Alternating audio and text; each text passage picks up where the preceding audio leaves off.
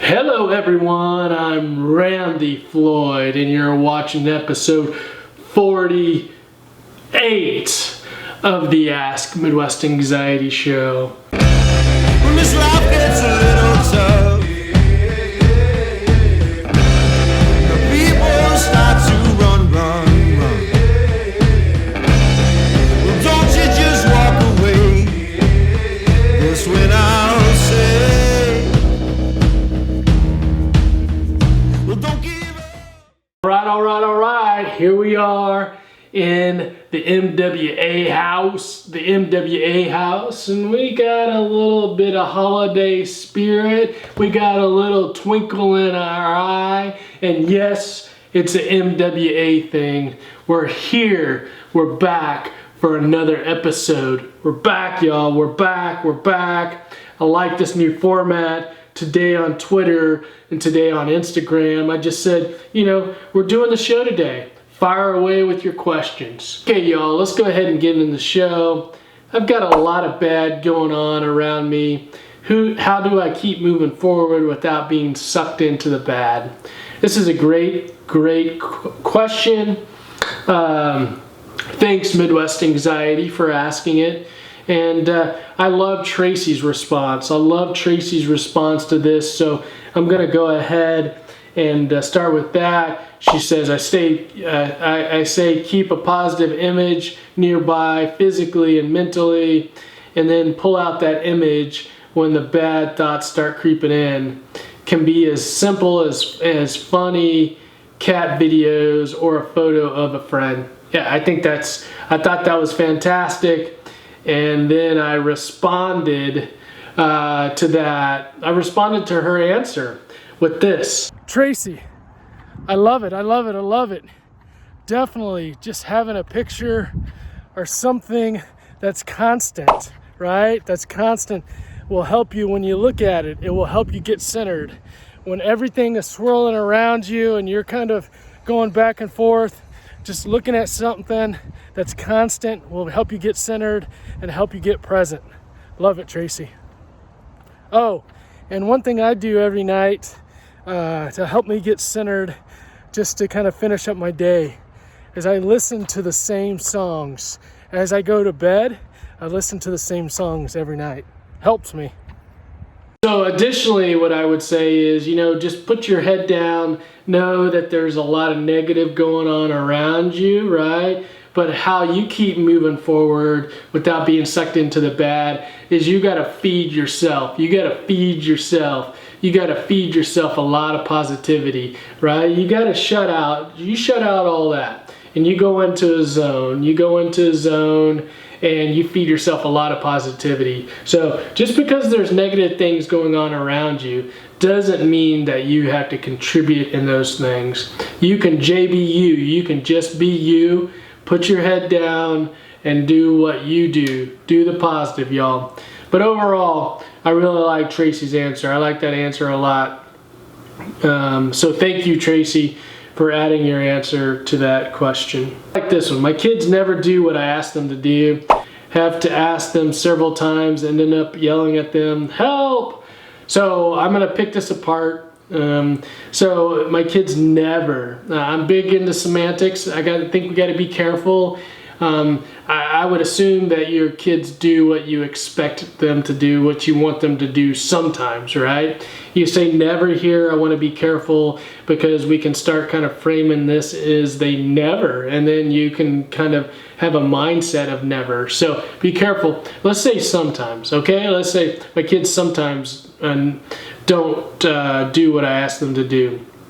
All right, and then I have to ask them several times and end up yelling at them, help! Okay, so here's what I would say to this, is I think kind of like we do in business, or we do, just in school and different places in our life, I think we need a system. We need a system operating in the background that just is kind of a checks and balance, right?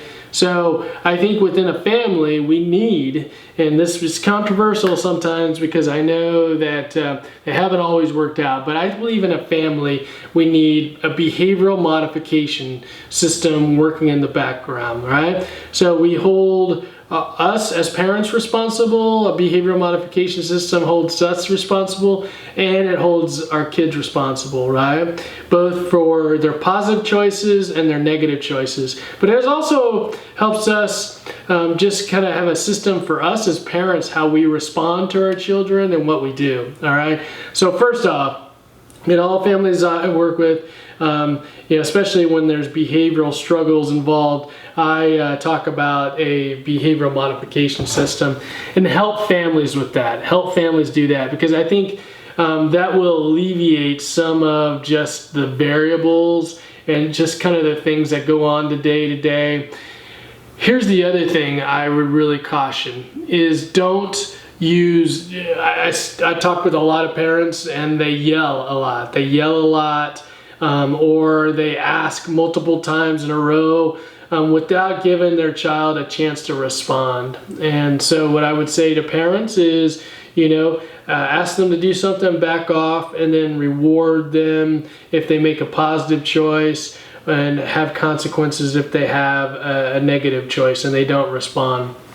And typically, like on a show like this, I'm not going to go into that behavioral modification system because I want to be able to monitor as you start having this behavioral modification system going in your house. I want to be able to monitor it. I want to be able to make adjustments. And so in shows and things, I don't go deep into the different things that I give to clients, partly because we can't adjust. We can't adjust on the fly because you're watching this and I don't know the context of your situation and just kind of all that stuff. So I would just say that in general, you need a behavioral modification system. It's a good one. I'm excited about this hashtag MWA Summer 21 thing you're talking about. Tell me more about it. I'm excited too, y'all. I'm really excited about this. Working behind the scenes on this, and the only thing I can tell you is if you think we're having a lot of fun now, just wait till summer of 21. Just wait till summer of 21. We're going to be having a lot more fun come summer 21. That's all I can tell you at this point. We're going to be having a lot more fun come summer 21. You just hang tight. You just hang tight. Here's another one. I always get triggered by a certain family member at Thanksgiving. Have any suggestions for me? Yeah, I definitely have suggestions for you. So I've talked about this before, but we'll just so the idea is everything on the outside of you is a trigger for something on the inside of you, right? So if you're sitting at the table on Thanksgiving and you're listening to someone talk and they're talking about something and it's starting to really bother you, what you got to do is you got to take them out of it. You got to take the person out of it, right? And you kind of have to go, what are they saying? What are they saying? What's coming up in my mind? What am I thinking? What am I thinking about that? How am I feeling about that, right? Because I believe everything on the outside of us is just a signal for something on the inside of us, right? Basically, everything on the outside is giving us information about ourselves. And how can we take what they're saying and how can we think through it, process through it, and then use that to our advantage, right? Some of us may get frustrated and be like the word triggered. The triggered for me takes on a negative connotation and, ooh, I'm triggered. I'm going to get mad. I'm going to get irritated. I'm going to get frustrated. I'm going to lash out. I'm going to get back at them. No. What we're going to do is we're going to just use what they're giving us. We're going to use what they're giving us. They're just being themselves. They're just knowing. They're just JBUing. They're just spouting off whatever it is, right, about them. And so what you need to do is you need to look at that information and instead of turning it on them and going, I can't believe you. I can't believe you. No, okay, what's this mean about me? What's this mean about me? What is this triggering inside of me? What is this triggering inside of me? And if you use that, you can learn, not only can you learn more about them, that person, right? And maybe you need to set up boundaries with them because there's something about them that you just don't agree with. And so you might need to set up some boundaries. But really, when you use the information on the outside, you're just learning more about yourself. You're winning. You are winning. You're winning. You're learning more about yourself. You're growing at the expense of all those people on the outside, all those things that are going on that are triggering you. If you look at it the right way and you go, what's this bringing up inside of me? You get curious about it, you win. You win. So, under my breath, I say, hey, thank you for being you. Thank you for, saying that. Thank you for doing that, because it's bringing something up inside of me.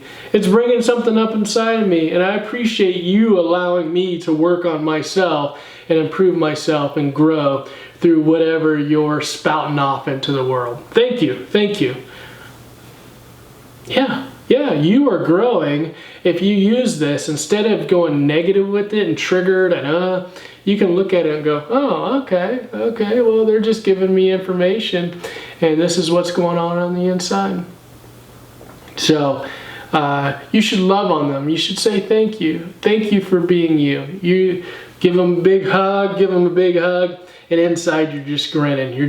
You're going, oh yeah, I just got way stronger. I learned more about myself because of what went on at this dinner table. What went on this dinner table made me feel better, made me learn more about myself. And by the way, you're not triggered, you're not angry, you're not frustrated, you're not all that negative stuff, that self-control. All right, y'all, I think we're gonna call the show there.